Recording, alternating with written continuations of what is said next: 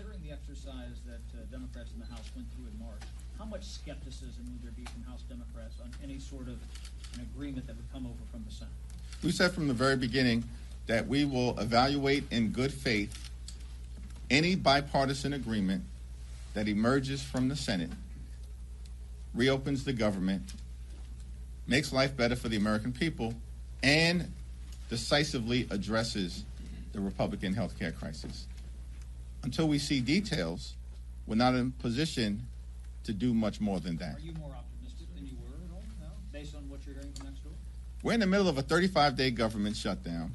Donald Trump is unlawfully withholding billions of dollars in SNAP benefits from 42 million Americans and 16 million children. There's nothing to be optimistic about relative to the cruelty and the pain that Donald Trump and Republicans continue to inflict on the American people. There's nothing to be optimistic about when it comes to the fact that Donald Trump shut the government down. They're forcing hundreds of thousands of people to be out on furlough or to work without pay. They refuse to address the health care crisis that Republicans have created.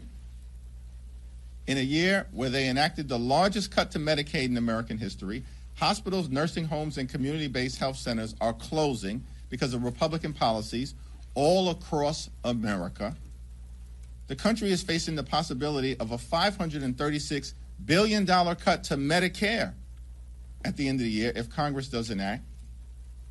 And Republicans are refusing to extend the Affordable Care Act tax credits because they would rather gut the health care of the American people. There's nothing to be optimistic about because of what Trump and Republicans have done to this country. They've gone way too far, and the American people know it, and the results today are going to decisively reflect that fact. Can I follow up on that? Just to put a finer point on that, you said in September, any agreement related to protecting the health care of the American people has to be ironclad and in legislation. It does not sound like whatever agreement comes out of the Senate will be in legislation. Will you accept something that is a handshake deal? It's the same answer that I just gave. Thank you, Mr. Leader. I know that the filibuster is a Senate mechanism, but President Trump has repeatedly, as recently as this morning, called for Senate Republicans to abolish the filibuster, pass the CR with a simple majority, and also a host of other Republican priorities. You've criticized him for not inviting the legislative leaders to the White House to negotiate. What are your thoughts about him continuing to call for the abolishment of the filibuster within the context of his unwillingness to negotiate? Does that indicate to you that he has no interest in sitting down with not only his legislative leaders, but you and Leader Schumer? Well, Donald Trump has taken a my way or the highway approach to his presidency from the very beginning, and he's used to Republicans simply bending the knee to him. Because these Republicans on Capitol Hill, on the House side and on the Senate side, they don't work for the American people. They work for Donald Trump. And so he's going to continue to make his position clear until they eventually cave, which is what they always do. Because Republicans in this Congress have been nothing more than a reckless rubber stamp for Donald Trump's extreme agenda. And Donald Trump keeps making the point that Republicans have shut the government down, and they're the only ones that have the power to open it up. Republicans who have complete control of the House, the Senate, and the presidency. Republicans who are the ones who passed the one big ugly bill without a single Democratic vote. We strongly oppose their one big ugly bill. They passed it on their own because they have complete control of government. And in that one big ugly bill, they enacted the largest cut to Medicaid in American history, ripping health insurance away from 14 million Americans. And at the same time, they cut $186 billion from SNAP. That's the largest cut to nutritional assistance in this country's history. They literally, in July, ripped food from the mouths of hungry children, seniors, and veterans. And all of this was done so that Republicans could provide massive tax breaks to their billionaire donors in their one big ugly bill. And they did it on their own. my way or the highway in terms of jamming extreme Republican ideology down the throats of the American people. And so Donald Trump expects to see more of the same from the puppets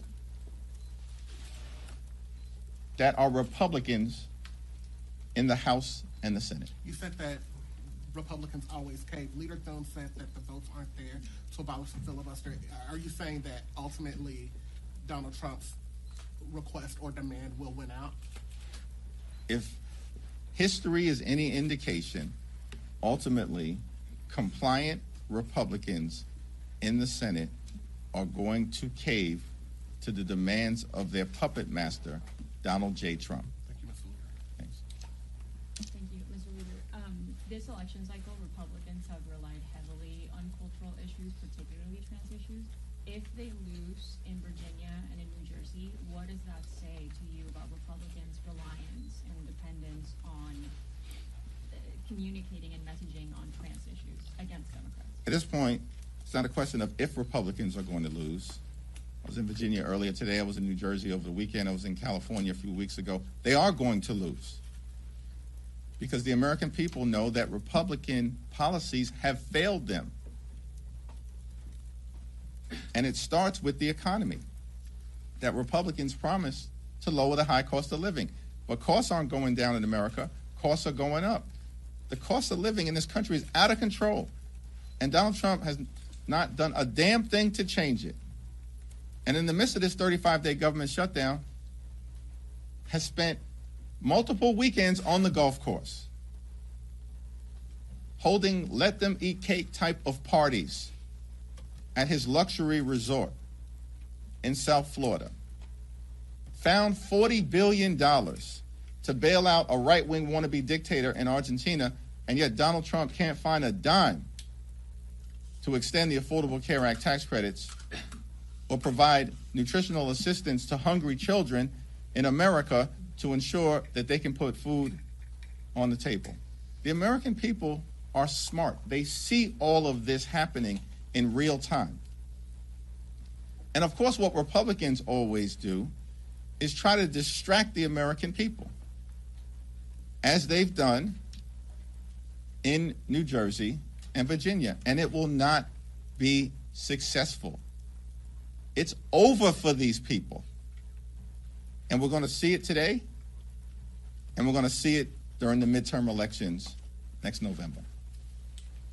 At this point, is a record-breaking shutdown a pattern of the Trump administration?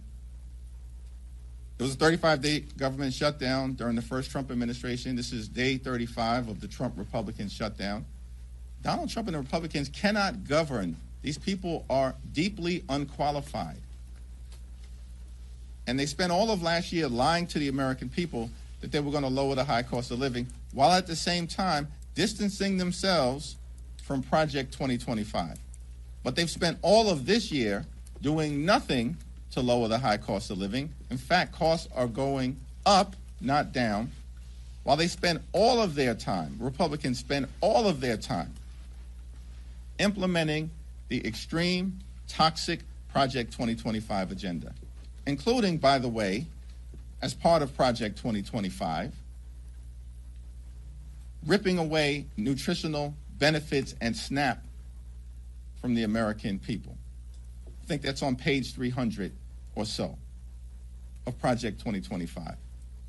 Shutting down the federal government, agency by agency by agency, part of Project 2025.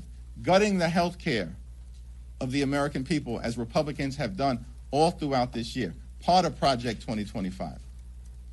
And so the dysfunction, the cruelty, the inability of Republicans to make life better for the American people is, of course, now on full display.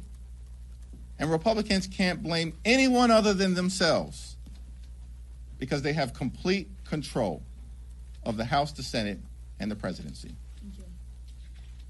Thank you so much. On Sunday,